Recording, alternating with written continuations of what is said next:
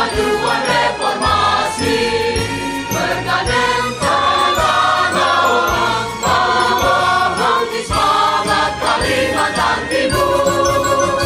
Anugerah alam melimpah ruah, budaya serta tradisi nan adil, undang-undang dasar Pancasila landasan hidup kita. Berbangsa, bangsa dan budaya, rukun damai sentosa, membangun Kalimantan Timur kita, luhur rahayu. Bangkitkan niat bakti langkah nyata di lingkungan indah sekitar kita. Hijaulah alam dan doa kita semua, Kalimantan sejahtera.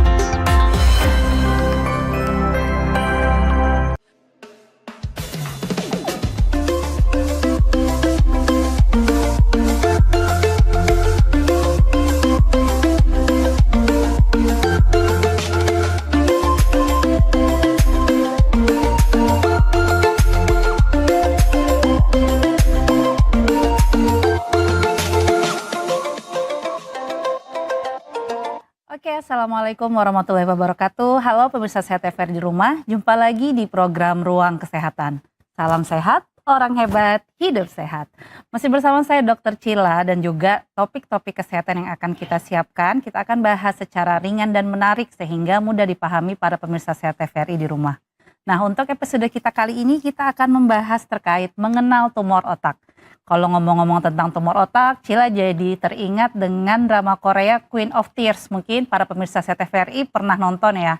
Jadi di film ini menjelaskan sang aktris ini pernah mengalami gejala-gejala tertentu saat didiagnosis terkena tumor otak. Dari amnesia singkat, tiba-tiba lupa dia di mana, dan sebagainya. Nah, untuk itu kita akan bahas dengan narasumber kita yang ahli di bidangnya. Kita akan bahas tuntas terkait tumor otak. Kita sambut Dr. Dini Heriani, spesialis bedah saraf fellowship tumor otak. Halo Dr. Dini. Halo Sila. Gimana kabarnya dokter? Baik, alhamdulillah. Duh, ini berat banget nih dok ya, bahasan kita terkait tumor otak dok ya. Enggak juga mestinya Cila. Karena memang kalau di film tuh dok kayak, wih kasihan banget, ini gejalanya banyak banget gini-gini. Tapi kalau terkait medisnya kayaknya nggak berat dok ya ternyata ya dok ya.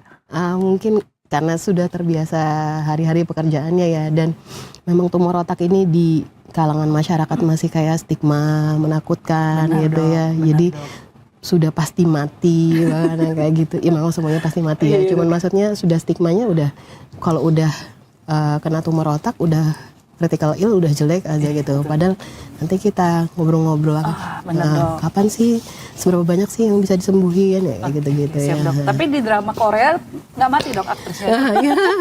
Pas itu cuman memang ada gejala-gejala tertentu yang kok bisa ya padahal diagnosisnya tumor otak dok. Oke dokter Dini, siap dok ya kita bahas terkait tumor otak dok ya. Oke dok, untuk pertanyaan pertama dulu nih dok, sebelum masuk ke tumor otaknya. Sebenarnya untuk awam dok, apa aja sih dok yang perlu kita pahami terkait bagian dan fungsi otak secara umum dok? Oke, jadi kalau secara umumnya otak itu kita mulai dari bagian sentral ya, di kepala, terdiri dari otak itu sendiri. Di mana otak itu sendiri ada otak besar, ada otak kecil. Ini untuk bahasa awam ya Sil. Kemudian disambung lagi ke sumsum tulang belakang. Jadi itu adalah satu kesatuan. Otak dan sumsum tulang belakang itu adalah satu kesatuan. Makanya kalau bedah saraf itu bukan cuma melulu otak aja. Bedah saraf juga ada divisi tulang belakangnya. Nah, untuk tumor-tumornya, kalau saya kebetulan memang membidangi khusus tumor otaknya. Kalau untuk tumor tulang belakangnya nanti divisi bedah saraf bagian tulang belakang lagi sendiri gitu. Kemudian untuk fungsi-fungsinya ya Dokter Sila ya. Jadi kalau untuk dari otak besar dulu ya. Otak besar itu ada di bagian depan, kita ngomongnya lobus frontal ya. Mungkin Dokter Sila udah biasa dulu Mas. Iya dok. Satu semester dok. Iya anatomi ya. Jadi lobus frontal itu ini yang bertanggung jawab terhadap emosional ya, kognitif juga, sehingga kadangkala pasien-pasien tumor otak yang kadangkala dengan ada gangguan kejiwaan ya biasanya mungkin lokasi tumornya letaknya di lobus frontal, di otak bagian depan, atau otak di bagian kanan kiri temporal ya, lobus temporal. Kalau ini mungkin sudah disertai dengan penurunan kesadaran, bahkan karena memang ruang dari lobus temporal otak kanan kiri ini memang cukup kecil, sehingga penambahan massa sedikit saja sudah bikin peningkatan tekanan otak. Kemudian ada lagi namanya di parietal, dia lebih belakang lagi daripada lobus frontal. Kemudian ada lagi lobus occipital, ini yang bertanggung jawab terhadap penglihatan ya, kalau ada gangguan penglihatan. Nah itu baru bagian otak besar. Di bagian otak kecil ada lagi namanya cerebellum, di mana di situ bukan cuma otak kecil saja, di situ ada batang otak. Batang otak itu seperti kehidupan manusia ya, di situ semua ya Sila ya. Di batang otak itu pusat kesadarannya, kemudian pusat detak jantung, pernafasannya, di situ ada 12 saraf berjalan, nervus cranialis ya, di batang otak tersebut. Jadi kalau gangguannya kadang-kala ada gangguan keseimbangan, misalnya gangguan menelan ya, wajah terasa kebas, banyak hal. Nanti mungkin akan ditanyakan lagi detailnya kali ya, gejala-gejalanya apa ya. Jadi secara umum gejalanya seperti itu. Jadi secara umum otak terbagi atas otak besar, kemudian ada otak kecil, lalu nyambung ke saraf tulang belakang atau sumsum tulang belakang. Oh, oke, siap dokter. Ini kalau dibahas satu-satu dari nervus cranialis saja dok tuh kuliah satu anatomi blok, dok. nanti Iya, kita. dok. Iya dok. Oke dok, cukup dok ya. Oke dok. Dari sekian banyak partisi-partisi otak nih dok ya. Ini kalau kompetensi bedah saraf tuh di bagian mananya dok? Dari semua. Jadi kita dulu ada plesetannya tuh gini. Di bedah umum itu ada bedah kepala leher ya. Oke dok. Tapi nggak pakai otak. Jadi kalau bedah saraf domainnya ya otak. Otak sampai sumsum tulang belakang yaitu sudah domainnya bedah saraf. Jadi seperti itu. Berarti kalau ngebedain sama yang dokter saraf dok, berarti kan dokter saraf tidak ada intervensi seperti dokter bedah saraf. Mereka dok, tidak ada tindakan operasi ya, seperti siap, itu. Dokter. Oke dokter, itu pertanyaan pembuka dok sudah cukup berat menurut Cila ini dok ya. Kemudian dok, untuk temanya sendiri dok terkait tumor otak, sebenarnya definisinya tumor otak ini apa sih dok? Jadi tumor itu sebenarnya massa yang sebenarnya tidak boleh ada di dalam tubuh manusia. Macam-macam ya bentuknya ya massa itu. Bisa kista, isinya cairan ya. Bisa tumor mungkin jaringan sel abnormal. Sel abnormal yang bertumbuh lebih cepat atau bahkan bertumbuhnya lebih lambat tapi dia lebih banyak membelah dirinya. Lebih dikatakan seperti itu. Jadi ya sel tumor. Jadi normalnya dia itu nggak ada di bagian otak. Jadi sebenarnya otak itu komponennya cuma ada 4. Jaringan otak itu sendiri, kemudian cairan otaknya, lalu ada darah. Darahnya terdiri dari arteri dan vena. 4 itu. Nah kalau sudah ada yang baru datang sel selain dari 4 tersebut, maka sudah kita bisa golongkan sebagai suatu tumor otak gitu. Karena kalau tumor di tempat lain nih dok ya, kayak tumor kulit misalnya di yang nampak gitu dok ya, kita kan langsung bisa bilang oh ini benjolan identik dengan tumor. Sedangkan kalau di otak kan kita nggak mungkin dok ngelihat ada tumor di otak. Itu sebenarnya definisi dari sel yang tadi dokter Dini bilang itu gimana dok? Kita bisa aware bahwa lagi tumbuh nih si tumor otak ini atau gimana dok? Iya, jadi bedah saraf itu memang untuk mendiagnosa sebenarnya. Untuk mendiagnosa tumor otak itu nggak melulu secara kasat mata seperti dokter kulit bisa ngelihat langsung ya. Jadi dia akan mengutamakan klinis dan tertunjang dengan radiologis. Klinisnya apa? Nah tergantung tadi Cila. Jadi letak tumornya di mana? Kalau misalnya letak tumornya di otak depan, pasien biasanya gejalanya dengan gangguan kepribadian. Saya baru bulan lalu sepertinya mengerjakan pasien dari rumah sakit jiwa. dibilangnya diagnosanya dengan gangguan mental organik. Ternyata ada tumor gede banget, ukurannya mungkin ada sekitar 8 cm di otak bagian depan dengan gangguan mental organik. Jadi pasiennya itu cenderung pendiam ya. Nah kemudian kita menangis ya, jadi gangguan emosional seperti itu. Setelah kita lakukan tindakan operasi, alhamdulillah sekarang emosinya sudah mulai agak ini ya, agak stabil ya. Pasiennya sudah mulai lebih bagus seperti itu. Jadi stigmanya masyarakat ini orang gila, ternyata ketahuan ada gangguan mental organiknya dan diketahui penyebabnya. Setelah dilakukan operasi kan pasiennya nggak dirawat di rumah sakit jiwa ya Silya. Kadangkala ya kasihan ya seperti itu. Jadi kembali lagi menentukannya dari apa? Dari klinis. Klinisnya tergantung gejalanya apa. Gangguan penglihatan bisa saja gangguannya kenanya di saraf penglihatannya, nervus opticus. Letaknya ada yang di pituitary, ada yang bisa saja kena dia sudah mulai muncul hidrosefalus otak karena penumpukan cairan otak gara-gara tumornya tumbuh lalu cairan otaknya buntu dan menumpuk, gangguan penglihatan juga. Atau misalnya dia ada gangguan keseimbangan, gangguan pendengaran. Jadi banyak gejala-gejalanya. Wajah yang rasa tebel yang seperti itu ya. Tiba-tiba wajahnya merot seperti orang yang stroke gitu ya. Cuman memang kalau tumor itu agak beda dengan gangguan saraf karena orang stroke juga yang wajahnya merot gitu ya. Atau keple itu juga kan gejalanya bisa kadang mirip dengan tumor otak. Cuman bedanya apa? Pada kondisi stroke di mana terjadi kelainan pada vaskuler, pembuluh darah terjadi secara suddenly, tiba-tiba.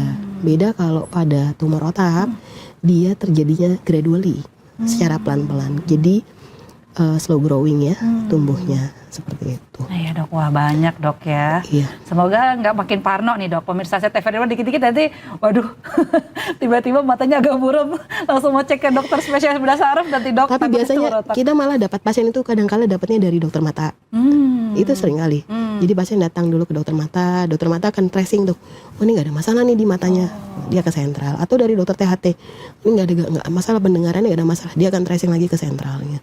Seringkali dari THT dan mata. Iya, sama dari jiwa kayaknya dok. Iya. Selama ini kita membahasnya kalau terkait kejiwaan nih dok. Oh iya berarti ada gangguan neurohormonal yang gitu-gitu. Ternyata tumor otak juga bisa nyebabin gangguan secara perilaku dok ya. Neurohormonal relate, nanti kita udah ngomong tentang pituitary tumor ya. Makroadenoma hypophyse ya. Oke, Masya Allah dok. Banyak dok ya. Ini berapa tahun ini dok sekolahnya dok? Banyak banget ya Mas.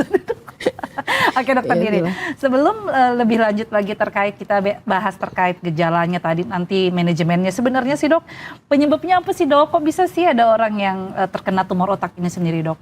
Iya, kalau jujur aja ya dunia kedokteran ini makin kesini ilmunya kita makin unknown nih.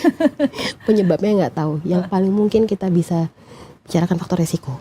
Dan faktor resiko yang seringkali dibahas di beberapa literatur ya, itu tentang meningioma. Meningioma itu jenis tumor jinak di otak yang bertumbuhnya dari selaput otak lalu tumbuh ke dalam jaringan otak. Nah kalau itu faktor resikonya ada beberapa dan terutama yang memang terbukti secara penelitian, dan kebetulan penelitian saya juga tentang meningioma itu relate dengan faktor resiko penggunaan KB hormonal yang suntik 3 bulan maupun yang per 1 bulan.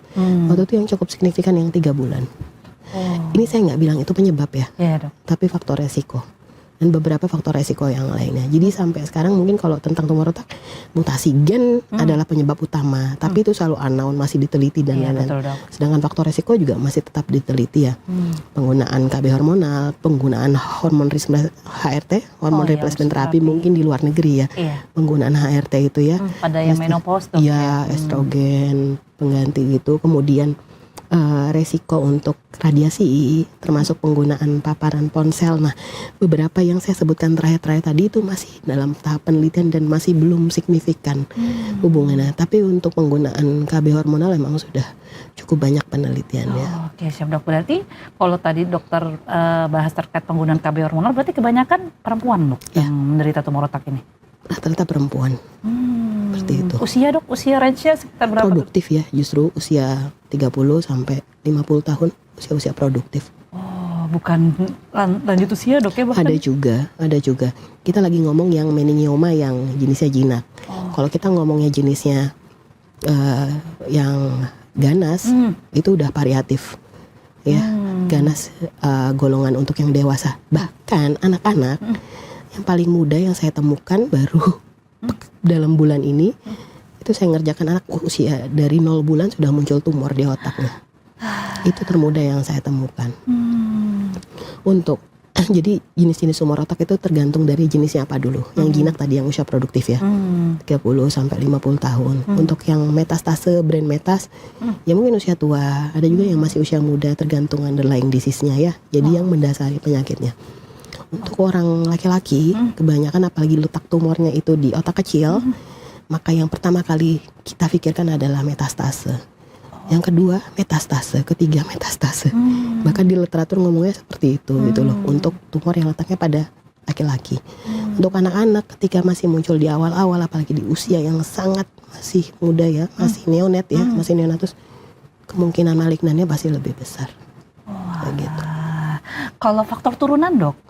Kalau faktor genetik itu meningioma masih dicari tahu ya penyebabnya ya. Tapi ya lagi-lagi faktor resiko itu belum terlalu kuat.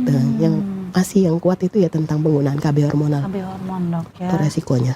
Oke siap dok. Karena kan rata-rata kalau pemirsa awam di rumah tahunya ada keluarganya nih yang dulu tumor otak. Hati-hati nih kalau misalnya nanti mungkin anaknya. secara genetik dia sudah punya bakat untuk punya kena tumor ya. Cuman dia distimulasi nggak, terpapar nggak dengan faktor resiko yang tadi kita sebutkan. Iya siap dok. Berat bahasannya memang dok ya. Oke dokter, setelah kita tahu faktor risiko penyebab, sebenarnya tadi jadi patofisiologi secara awam itu gimana dok? Apakah sel-sel yang tadi di luar 4 yang dokter sebutkan itu tuh tiba-tiba datang atau ada hal yang memicu dok saat misalnya lagi sakit terus sering terpapar dengan radiasi handphone atau radiasi tiba-tiba itu muncul, apa gimana dok itu mekanisme awalnya dok? Iya, jadi mungkin secara genetik sudah ada bakat punya tumor ya, seperti pasien-pasien tumor payudara itu kan sudah ada bakat apa enggak ya sebenarnya. Lalu kemudian dia akan terstimulasi enggak dengan salah satunya tadi penggunaan reseptor KB hormonal ya yang mengandung estrogen reseptor, progesteron reseptor. Nah, dia akan terstimulasi sel-sel itu. Kemudian dia akan ketika dia terstimulasi, dia akan bermutasi, lalu dia akan membelah diri banyak ya seperti itu. Kalau pas kena golongannya meningioma yang jenisnya jinak ya mungkin dia akan slow growing. Tapi kalau misalnya kena golongannya yang ganas seperti astrositoma ya, glioma mungkin pernah dengar, tapi yang high grade tumbuhnya akan lebih cepat. Jadi biasanya gejalanya akut progresif. Gitu. Tapi lebih akut lagi yang gangguan vaskuler stroke tadi, itu lebih cepat lagi gejalanya. Tumor tetap gradually, pelan-pelan gejalanya munculnya. Tadi dokter Dini sempat bahas ada yang neonat dok, yang 0 bulan itu taunya dari mana dok? Kan dia belum bisa mengeluhkan apa-apa tuh dok. Iya, bagus ya pertanyaannya Drusilla tadi ya. Jadi biasanya dokter kandungannya itu mendiagnosa awalnya dengan curiganya suatu hidrosefalus. Jadi ada tumpukan cairan otak.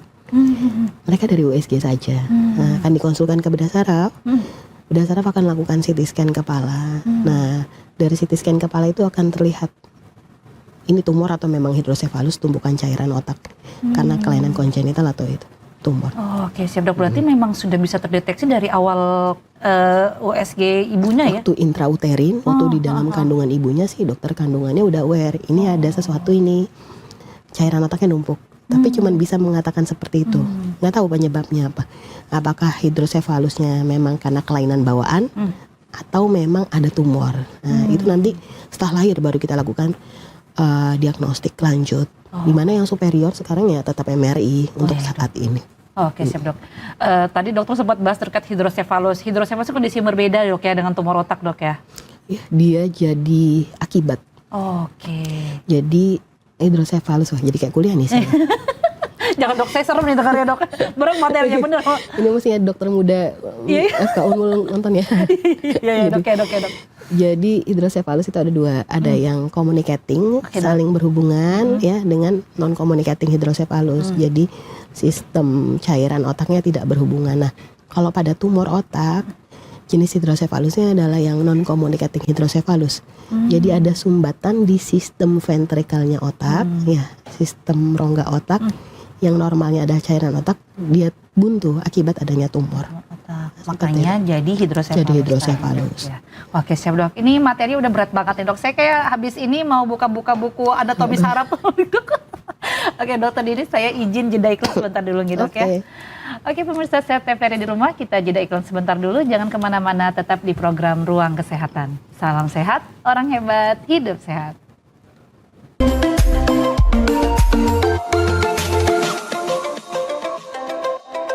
Kenapa tayangan TV sekarang begini? Gosip semua, drama semua, provokasi semua, hiks. Gak bahaya kah? Aku lelah, aku kesal. Gimana kalau nonton TVRI aja?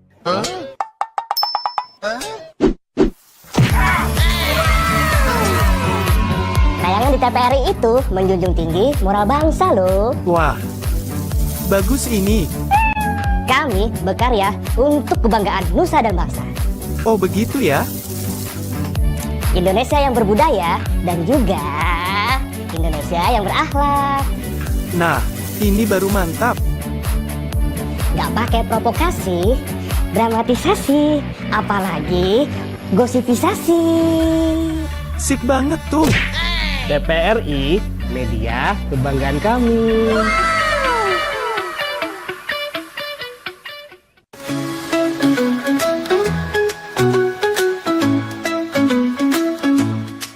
Keluarga berperan penting dalam mencegah stunting.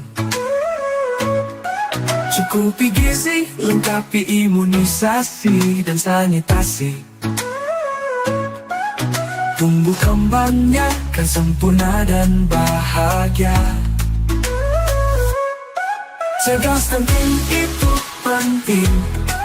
Isi piring itu penting. Beri ASI itu penting. Bebas cacing itu penting. Ayo bersama-sama cegah stunting. Hidup sehat dan sejahtera untuk masa depan yang cerah.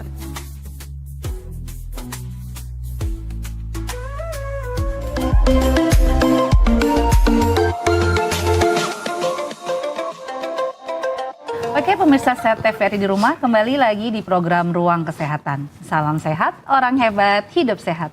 Masih bersama saya Dr. Cila dan juga narasumber kita Dr. Dini Heriani, spesialis bedah saraf fellowship tumor otak dalam bahasan tema mengenal tumor otak. Oke Dr. Dini, tadi di sesi 1 kita udah bahas panjang lebar terkait tumor otaknya sendiri nih dok ya. Ini untuk sesi kedua Cila pengen nanya nih dok. Jadi tanda dan gejalanya gimana sih dok? Nih Cila nih parno nih dok, aduh kira-kira tumor otak apa enggak nih? Hal-hal apa saja yang mesti Cila aware dari sekarang dok? Oke. Jadi beberapa yang datang pasien-pasien ya, mau jenis tumor otaknya jinak atau ganas, itu biasanya dengan sefalgia, nyeri kepala. Nyeri kepalanya biasanya kronis, panjang. Dan dia tidak membaik dengan pemberian anti nyeri biasa. Ya, itu udah mulai aware yang seperti itu. Kemudian ada mulai beberapa yang gangguan penglihatan. Makanya beberapa yang kita dapatkan itu pasien konsul dari mata. Dari screening dokter matanya nggak ada masalah di matanya. Ternyata ke sentral, ke otaknya, ternyata ada tumor ya. Kemudian biasa juga mungkin ada gangguan kepribadian yang saya bilang tadi, pasien dari gangguan mental organik karena pasien jiwa gitu ya. Terus ada gangguan keseimbangan, kejang ya, seperti itu, mual, muntah, gejala-gejala tekanan otak yang tinggi ya. Gangguan pendengaran, orang yang wajahnya bisa seperti orang yang stroke itu ya bisa juga terdeteksi sebagai tumor otak. Jadi tergantung lokasinya dokter Sila, di mana lokasinya. Nah, seperti itu. Kalau waktunya dok, apakah hanya tadi dokter bilang nyeri kepala yang lama, itu kronis. Berapa lama? Yang kronis itu berapa lama dok? Apakah setahunan, 2 tahun? Rata-rata pasien yang seperti itu kadangkala yang sudah nggak tahan lagi dengan nyeri kepala yang dia harus berulang. Kadang dia harus minum anti nyeri yang kuat dulu dan kadang sudah nggak efektif lagi ya. Menggunakan anti nyeri akhirnya dia sudah menyerah dan dia harus minum obat. Itu kadang lebih dari setahun dia bisa menahan nyeri kepalanya. Seperti itu. Dan apakah memburuk dok, misalnya dok ya, Cila hari ini migrainnya mungkin skala nyerinya 3 atau 4, nanti minggu depan atau bulan depan jadi 5 atau 6 itu termasuk salah satu yang mesti Cila aware nggak dok? Kita mesti aware tapi tetap berpikir bukan selalu tumor otak ya, migrain yang seperti itu ya. Kita udah mulai aware. Pokoknya dengan anti nyeri tidak membaik, maka udah mulai pikirkan kita lebih aware untuk pemeriksaan radiologi saja ya.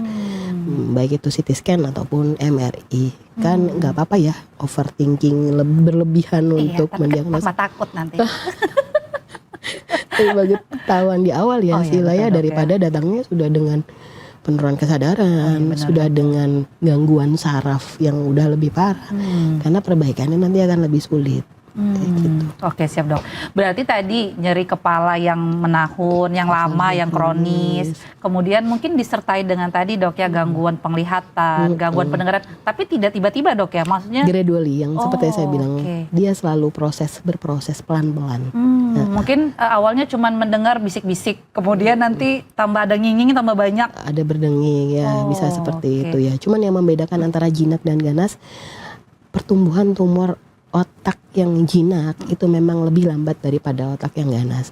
Sehingga kalau gangguannya sefalgia kronis yang saya bilang nyeri kepalanya udah bertahun-tahun, biasanya itu lebih ke arah tumornya yang jinak. Tapi kalau sudah dalam waktu 1-2 bulan dia udah gak mampu menahan lagi nyerinya, biasanya ganas biasanya. Gitu. Dok. Cila punya tetangga dulu dok yang sudah meninggal juga. Itu tumor otak dok. Cuman yang signifikan Cila lihat penampilannya itu berat badannya turun banget dok.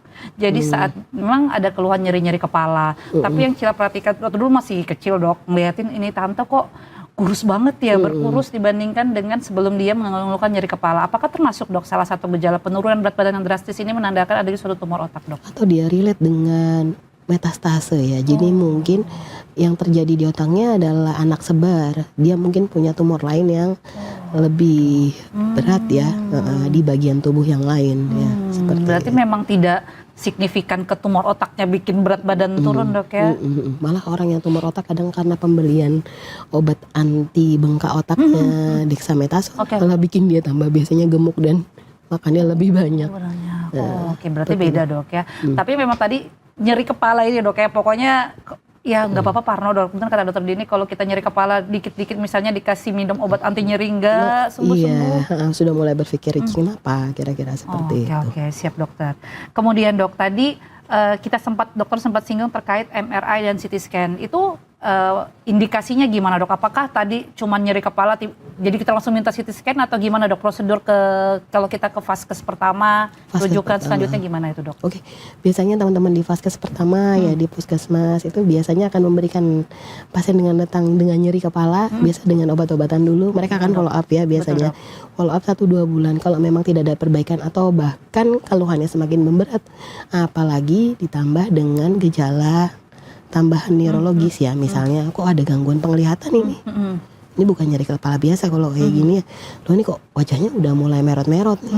Berarti sudah mulai berpikiran ini harus dirujuk ke vaskes tingkat 2 yang ada fasilitas dokter saraf atau bedah sarafnya, sehingga nanti dari dokter saraf atau bedah sarafnya yang akan mengarahkan ini perlu di CT scan atau tidak, atau perlu pemeriksaan yang lebih superior lagi namanya MRI. Nah, tergantung nanti dari pemeriksaan klinisnya ya, semuanya pertamanya pasti dari kalian-kalian ini yang di fase 1 ini kan. Dok, ya dok. Itu. Oke, berarti sudah ada tempat nggak dok masih kayak cek-cek darah? Kan pasiennya biasa pintar dok, saya nyeri kepala nih dok. Kira-kira perlu cek darah apa dok ya? Kadang-kadang masih berpikir sebelum berpikir ke otak, berpikirnya ke endokrin yang lain ya, entah gula darahnya, entah kolesterolnya, silakan itu nggak apa-apa, silakan kalau mau diperiksakan. Tapi ketika kita dapatkan ternyata ada tumor otak dan itu terutama berkaitan sama pituitary tumor yang saya pengen cerita banyak sama tersilah. Pituitary itu adalah tumor yang letaknya di kelenjar hipofise. Kelenjar hipofise itu kelenjar yang letaknya di tengah-tengah otak. Kalau orang lain di dunia kedokteran menyebutkannya sebagai great gland. Jadi kelenjar utamanya manusia itu ya di hipofise itu. Dibanding kayak kelenjar pankreas itu cuman menghasilkan insulin. Tapi kalau di great gland yang di hipofise tadi, maka kita akan periksa darah setelah itu. Apa aja yang dia periksa? Hormonalnya, kortisol ya, banyak hal ya, hormon pertumbuhannya ya. Itu nanti akan kita periksa. Itu yang relate. gitu. Tapi kalau dokter Sila tadi nanya boleh nggak dok periksa yang kolesterol dan lain-lain, ya boleh-boleh aja. Iya. Kan itu juga untuk menyingkirkan kemungkinan penyakit metabolik yang lain kan. Ya. Tapi memang tegaknya tumor otak ini dari MRI tadi dok ya, CT scan. CT scan dengan kontras dan MRI kontras itu yang superior sampai sekarang pemeriksaannya. Oh, oke siap dok. Dari situ baru dokter bisa mendiagnosis bahwa tumornya letaknya di mana dok ya. Betul. Oke, kelihatan jadi relate kalau misalnya nampakannya di tadi lobus yang mana Ini kemungkinan di mana? Oh dia Kepley-nya kok lemahnya anggota geraknya sebelah kanan nih lumpuhnya. Mungkin tumornya ada di otak yang sebelah kiri, kayak gitu kan ya. Jadi ngelihat dari gejalanya. Oke, siap dok. Berarti mending anu aja daripada kita sendiri yang baca CT scan-nya kan dok ya. Iya. Lebih baik langsung konsul ke spesialis bedah sarafnya dok ya.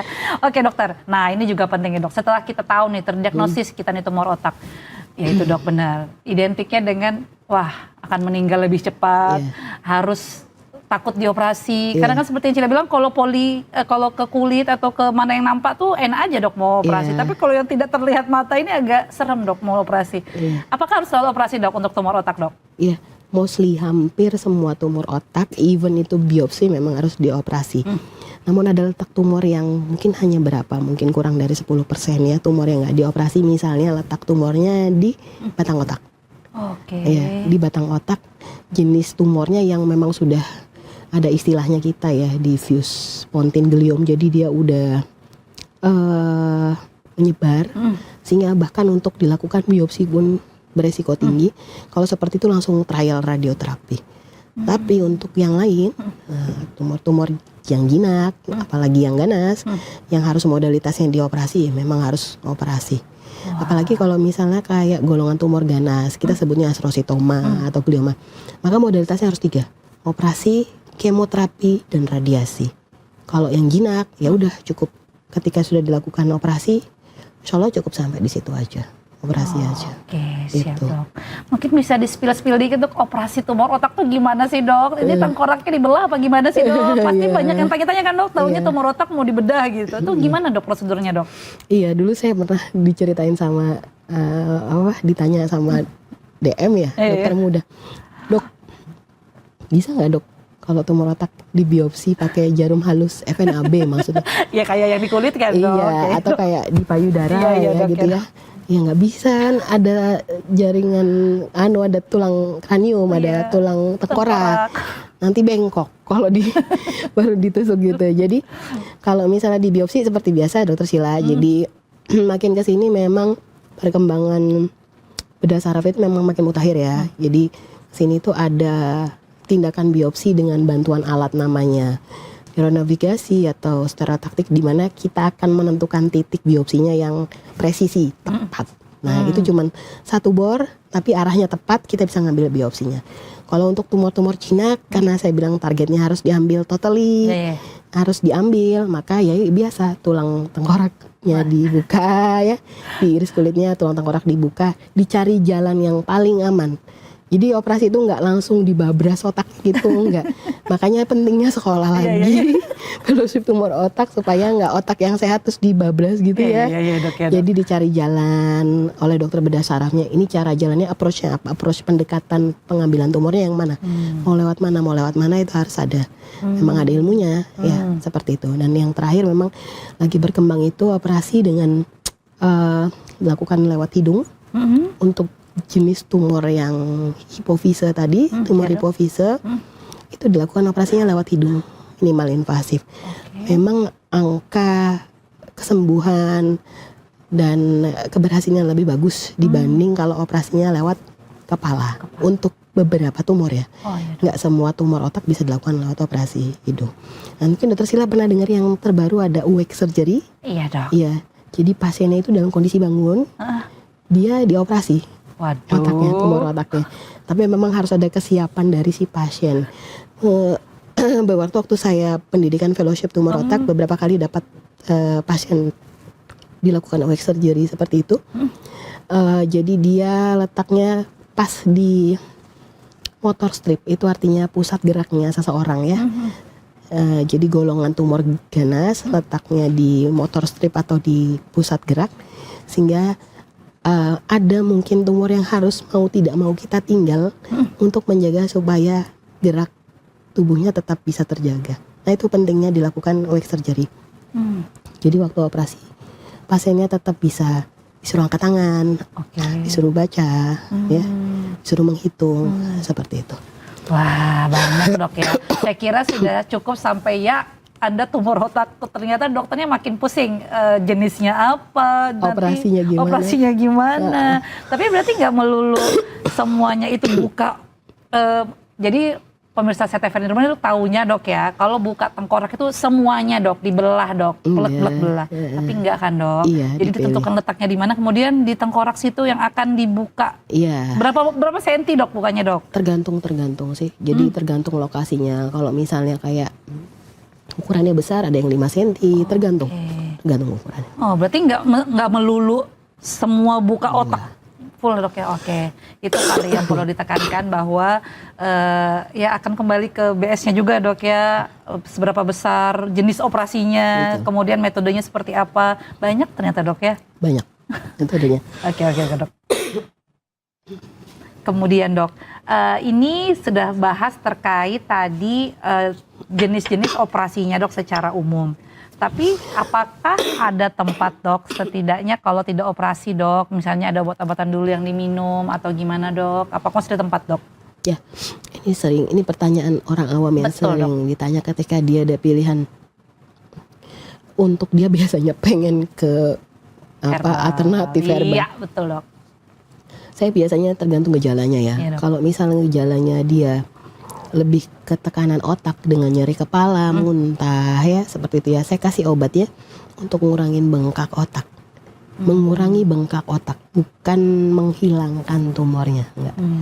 Ya, golongan obat kortikosteroid yang diberikan ya, dexamethasone, tapi lagi-lagi obat seperti itu tidak boleh digunakan jangka panjang karena punya efek samping, baik itu di hormonalnya, di lambungnya ya, keropos tulang, di ginjalnya ya, ada efek samping sehingga kita batasin penggunaan itu.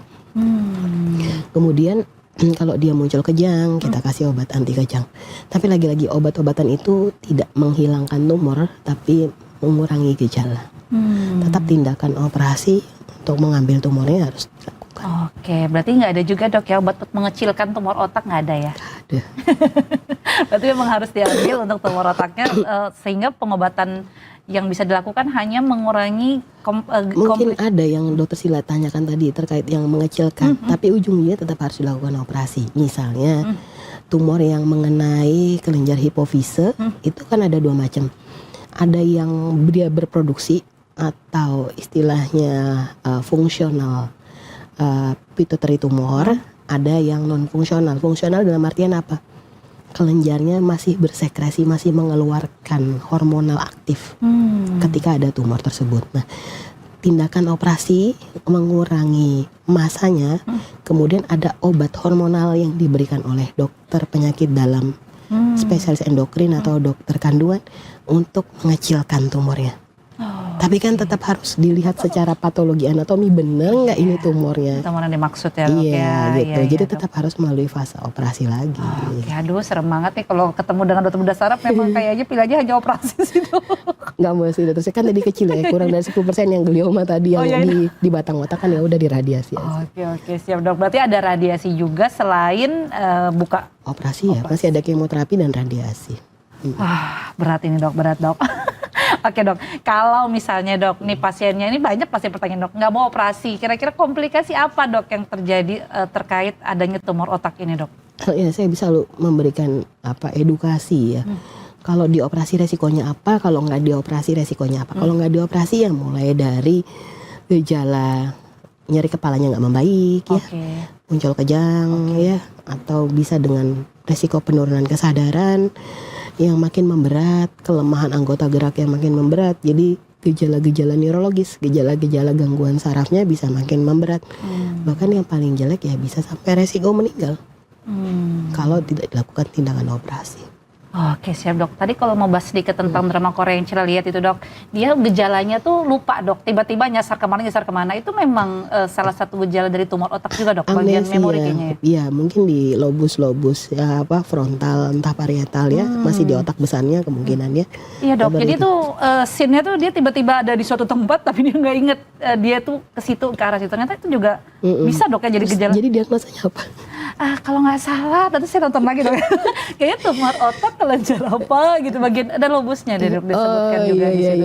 Cuman menarik dok gejalanya karena tiba-tiba dia lagi di rumah, nggak sadar dia jalan ke mana gitu kemana. Nanti kita nonton bareng aja dok. Iya, terus lebih update kayaknya kalau drakor ya. Oke siap dok. Berarti memang untuk tumor otak Cila sederhanakan dok, harus dikonsultasi lebih lanjut. Nanti ada pemeriksaan sehingga dokter bedah saraf yang menentukan jenis operasi yang harus dilakukan. Iya, betul. Oke, siap Seperti dokter. itu. Oke dokter, saya izin jeda iklan sebentar lagi dok ya. Oke, pemirsa Sehat TVRI di rumah, jangan kemana-mana, tetap di program Ruang Kesehatan. Salam sehat, orang hebat, hidup sehat.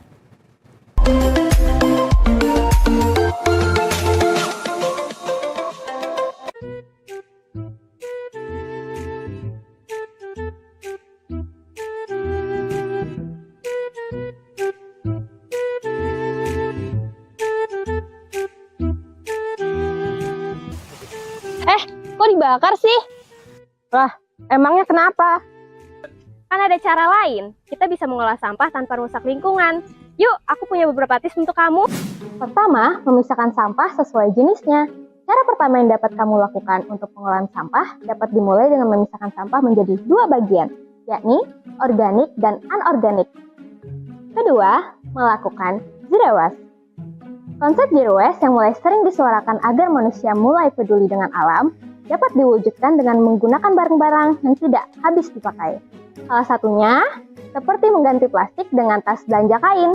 3. Membuat pupuk dari sampah organik. Daripada membiarkan sampah organik berbau busuk karena bakteri pengurai, ada baiknya kamu melakukan daur ulang dengan menjadikannya sebagai pupuk kompos pada tanaman. 4. Melakukan daur ulang pada sampah anorganik.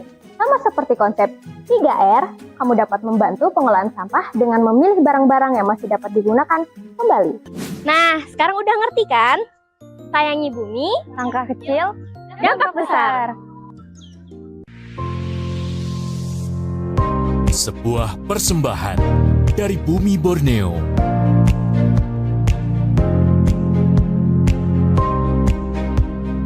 Menampilkan keelokan warisan sejarah.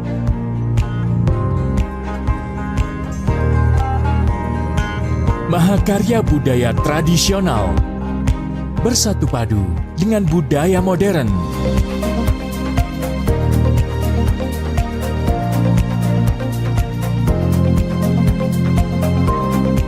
Petualangan tak ternilai dalam asrinya hutan tropis Kalimantan.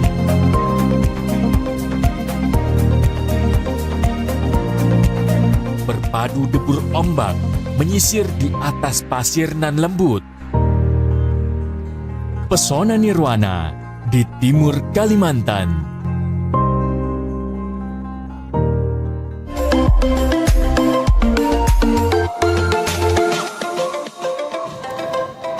Oke pemirsa Sehat TVRI di rumah, kembali lagi di program Ruang Kesehatan. Salam sehat, orang hebat, hidup sehat. Masih bersama saya Dr. Cila dan juga narasumber kita Dr. Dini Heriani, spesialis bedah saraf Fellowship Tumor Otak dalam bahasan tema mengenal tumor otak. Oke Dokter Dini, udah berat banget nih bahasan kita dok, sesi 1, sesi 2, kita sesi 3 ini santai-santai aja dok ya. Okay. Ya dok, kita akan membahas terkait mitos fakta tentang tumor otak dok. Cila sudah kumpulkan beberapa pernyataan yang butuh konfirmasi Dokter Dini, apakah ini mitos atau fakta, nanti dokter kasih penjelasannya dikit dok ya. Oke, kita akan bahas di sesi mitos atau fakta.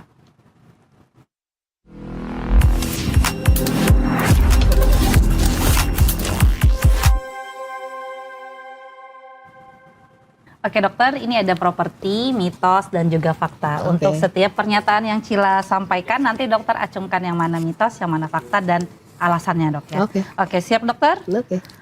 Pernyataan pertama dok, tumor otak selalu bersifat ganas, mitos atau fakta dok? Mitos. Ya? Kenapa dok? Jadi seperti yang saya jelaskan tadi, tumor otak itu ada yang jinak, ada yang ganas. Nah, kalau misalnya dia pertumbuhannya lambat, kemudian gejala klinis yang dimunculkan juga lambat, biasanya itu jenisnya jinak. Tapi kalau gejalanya itu munculnya cepat sekali ya, itu seringkali relate sama yang jenisnya ganas, dan itu semua tergantung dari hasil patologi anatomi setelah dilakukan tindakan operasi. Jadi nggak semuanya itu ganas gitu ya. Mungkin selama ini stigma di masyarakat karena letaknya itu di otak, maka dianggap sebagai ganas. Tapi itu sebenarnya nggak ada salahnya sih. Jadi untuk tumor jinak sekalipun yang letaknya seperti saya ceritakan tadi, ada jenis tumor otak yang letaknya di kelenjar hipofise. Jinak sih, tapi letaknya di hipofise, di tengah-tengah otak. Atau jinak sih, tapi di dekat batang otak. Nah, itu yang membuat dia menjadi diagnosanya jinak, tapi lokasinya penting, lokasinya berbahaya. Mungkin itu kali stigma yang berkembang di masyarakat. Tapi tetap jenisnya ya jinak dan ganas. Jinak, tapi lokasinya juga di tempat yang vital. Iya. Jadi ganas juga tampakannya, Dok. Iya, hasilnya. Hasilnya, Dok ya. Oke, siap, Dok. Pernyataan berikutnya, Dok. Sakit kepala terus-menerus pasti tanda tumor otak. Mitos atau fakta, Dok? Oke. Mitos lagi, ya. Dok. Kenapa tuh, Dok? Ya, jadi nyeri kepala yang seperti apa dulu? Karena nyeri kepala itu penyebabnya bisa kita pastikan tadi, apakah memang mungkin dia ada kelainan metabolik yang lain, ya, atau memang setelah tersingkirkan gangguan metabolik, misalnya dia nggak ada tekanan darah tinggi, hipertensi, ya, atau ada kolesterol dan lain-lain, ya udah kita mulai berpikiran mungkin ada sesuatu masalah di otaknya. Di otak pun nggak selalu dia tumor otak, bisa saja dia ada gangguan pembuluh darah, misalnya aneurisma, pernah dengar ya, atau ada AVM, itu kelainan-kelainan pembuluh darah di otak. Kalau misalnya dia nyeri kepalanya tapi bisa dibedakan antara nyeri kepalanya ini penyebabnya karena pembuluh darah atau karena tumor otak.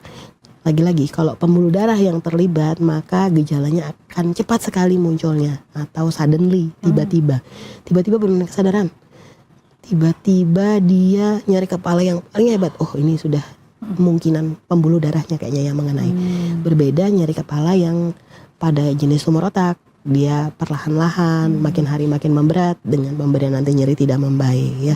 Jadi seperti itu. Oke, siap, Dokter. Berarti nggak mesti, Dok ya.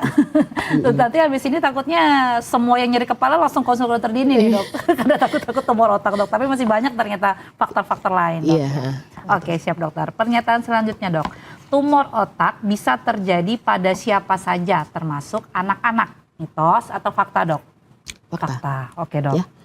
Jadi yang saya ceritakan tadi, termuda yang saya dapatkan pasien neonatus. Jadi anak baru, bayi lahir, dikonsulkan ke saya dengan penumpukan cairan otak. Ternyata ada tumor di otaknya. Itu yang paling mudah yang pernah saya temui. Jadi artinya kalau sudah seperti itu, di dalam kandungan pun sebenarnya sel ganasnya sudah mulai berkembang ya, seperti itu.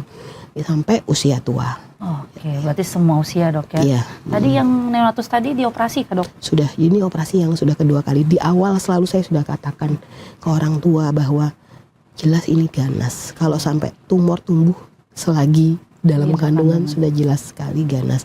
Dan itu terkonfirmasi dari hasil patologi anatominya. Dan memang harus sampai 2 kali operasi.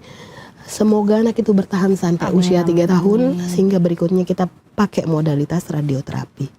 Karena di bawah 3 tahun tidak boleh diradiasi. Oke, siap, Dokter. Pernyataan selanjutnya, Dok. Paparan gelombang ponsel bisa menyebabkan tumor otak. Mitos atau fakta, Dok? Berat nih. Dua-duanya bisa kok, Dok? Oh iya? Iya, bisa minta, tapi alasannya kenapa, Dok? Mungkin saya pilih ini dulu ya, karena masih dalam penelitian. Oke, siap, Dok. Jadi masih dalam faktor resiko. Jadi mungkin bukan gelombang radiasi, bukan cuman ponsel, tapi radiasi kayak penyinaran X-ray ya, seperti itu yang berulang-ulang. Itu ada faktor resikonya. Faktor resiko. Walau masih dalam proses penelitian yang signifikan masih belum banyak. Ya, oke, dokter. kecuali yang tadi KB hormonal, sebenarnya itu yang harus diangkat di mitos atau fakta iya. ya. Kalau KB hormonal fakta langsung Itu dok ya. fakta jelas. Oke, siap dokter. Pernyataan selanjutnya dok, tumor otak tidak bisa disembuhkan, mitos atau fakta dok? Mitos ya. Oke. Jadi semakin ke sini tindakan terapi dari tumor otak dengan semakin canggihnya alat-alat ya, semakin kita coba untuk memperpanjang harapan hidup, apalagi untuk jenis tumor otak yang jinak, maka target operasinya adalah seminimal mungkin gejala saraf atau gejala ikutan yang muncul dan tumor bisa terangkat sempurna. Sedangkan untuk jenis yang ganas, target kita melakukan tindakan operasi maupun kemoradiasinya adalah coba untuk meningkatkan kualitas hidup. Mungkin harapan hidupnya sudah ada ya. Misal nih tumor otak yang ganas, oh ya dia dengan modalitas operasi, kemoterapi dan radiasi harapan hidupnya 1-2 tahun. Tapi dengan itu kita berharap kualitas hidupnya lebih baik. Dia tidak tersiksa dengan sakitnya harus nyeri kepala 1-2 tahun ya. Seperti itu. Juga terutama untuk golongan-golongan yang tumor metastase. Tujuannya kita lagi-lagi bukan untuk, ya kita bukan Tuhan yang bisa memperpanjang usia, enggak juga gitu ya. Tapi kita pengen meningkatkan kualitas hidup si pasien. Ini kita lagi berbicara tentang tumor otak yang ganas. Tapi kalau untuk tumor yang jinak, targetnya tadi total bisa terangkat dengan total dan kita bisa meminimalisir gejala neurologi sisa yang terjadi. Oke, siap dok. Berarti kalau bilang bisa disembuhkan, bisa dok ya. Tergantung nanti tindakan apa yang dilakukan dan pendekatan apa yang selanjutnya harus diobservasi ke pasien dok ya. Oke, siap dokter. Pernyataan selanjutnya dok.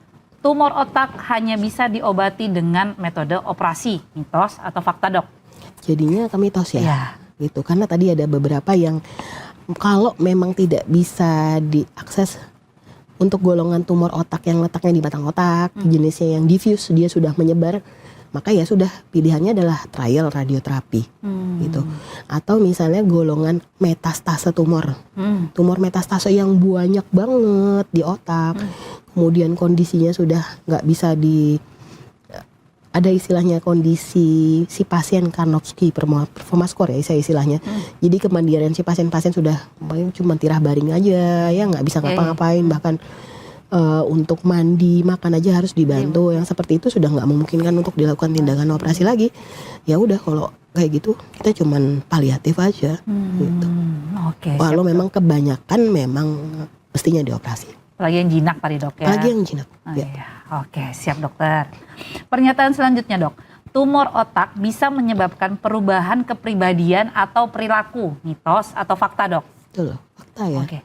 Jadi ada beberapa tumor otak yang jinak, yang lokasinya terletak di otak bagian depan ya, yang tadi saya bilang lobus frontal, itu menyebabkan gangguan kepribadian ya.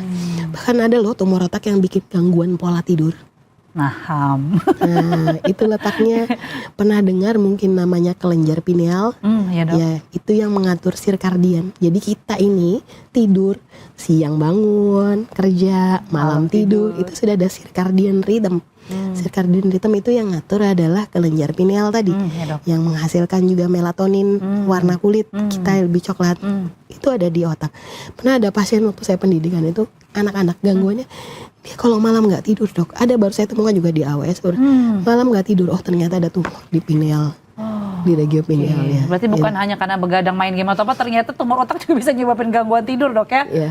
Oke, siap dok. Oke dok. Selanjutnya dok, semua tumor otak tumbuh dengan cepat, mitos atau fakta dok? Mitos ya. Ada yang jinak akan slow growing tumbuhnya.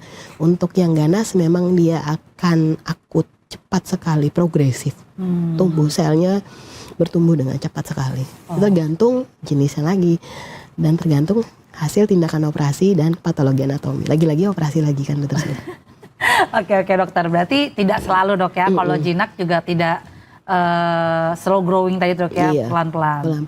Oke, siap dokter. Pernyataan selanjutnya dok, gejala tumor otak selalu muncul secara tiba-tiba, mitos atau fakta dok? Itu mitos ya. Oke, Dok. Kalau tiba-tiba itu lebih ke arah gangguan pembuluh darah ya. Tapi kalau dia munculnya secara perlahan-lahan bisa karena tumor otak. Jadi yang tadi. Gitu. Berarti enggak secara tiba-tiba harusnya, Dok ya? Ya, itu lebih ke vaskular, gangguan pembuluh darah, stroke biasanya yang tiba-tiba. Tiba-tiba buta, tiba-tiba merot, Ya, tiba-tiba merot, lemah. tiba-tiba lemah, Iya. itu lebih ke gangguan pembuluh darah ya. Oke, siap dokter. Ini pernyataan terakhir, Dok. Pemeriksaan MRI dan CT scan adalah cara terbaik mendeteksi tumor otak. Mitos atau fakta, Dok? Fakta. Oke. Ya. Jadi yang terbaik saat ini ya masih tetap yang paling superior adalah MRI.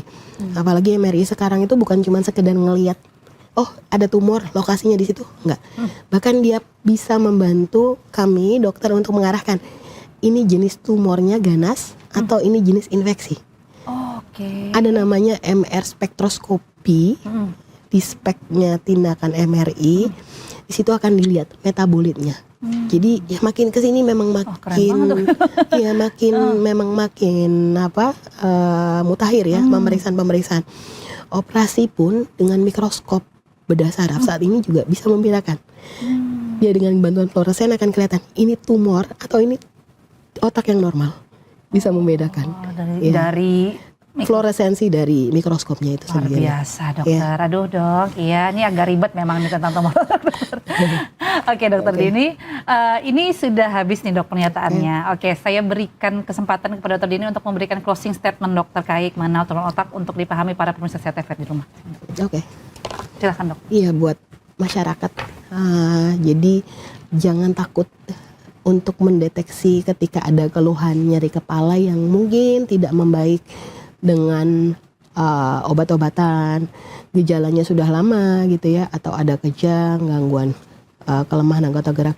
Jadi jangan takut untuk memeriksakan diri, karena ketika kita lebih awal mendeteksinya dan ketahuan lebih awal, di mana gejalanya masih belum terlalu berat, maka tindakan operasi akan memberikan efek yang lebih baik, sehingga untuk perbaikannya juga akan lebih mudah bagi kita untuk memberikan terapi dibanding kalau sudah datang dengan kondisi yang lanjut ya. Oke, seperti itu. siap. Terima kasih, dokter Dini. Dan jangan lupa penggunaan KB hormonal mungkin lebih bijak ya. Saya tidak melarang, tapi faktor resiko itu tetap ada. Oke, siap dokter Dini. Wah, ini ilmunya luar biasa sekali, Dok, dan juga susah memangnya ketemu dokter Dini untuk konsultasi. Boleh, silakan. Masih kapan aja, Dok? Ya, dokter, kalau ada pemirsa CTV di rumah yang ingin berkonsultasi kepada dokter, dokter prakteknya di mana Di aja? Rumah Sakit Abdul Wahab Syarani dan Rumah Sakit SMC ya, 2 itu aja. Setiap hari, Dok? Untuk di AWS ya hanya hari Kamis poli, kemudian untuk di Rumah Sakit SMC tiap hari Selasa sore. Oke, terima kasih banyak dokter Dini sekali Sama-sama, lagi Dokter Sila. menyempatkan waktunya di Ruang Kesehatan TVRI, Dok. Terima Iya. kasih sekali lagi, Dok, ya. Semoga bermanfaat ilmu yang dokter sampaikan. Amin, ya Dokter Sila, terima kasih. Oke, terima kasih para pemirsa sehat TVRI di rumah. Pesan sehat Dokter Cila kali ini adalah waspadai gejala sakit kepala yang kronis dan progresif serta disertai dengan gangguan penglihatan atau pendengaran. Jalani gaya hidup sehat, hindari stres, pola makan sehat, olahraga teratur, dan konsultasi ke dokter jika mengalami keluhan-keluhan tersebut. Terima kasih atas perhatiannya. Sampai jumpa di episode Ruang Kesehatan selanjutnya. Salam sehat, orang hebat, hidup sehat. Assalamualaikum warahmatullahi wabarakatuh.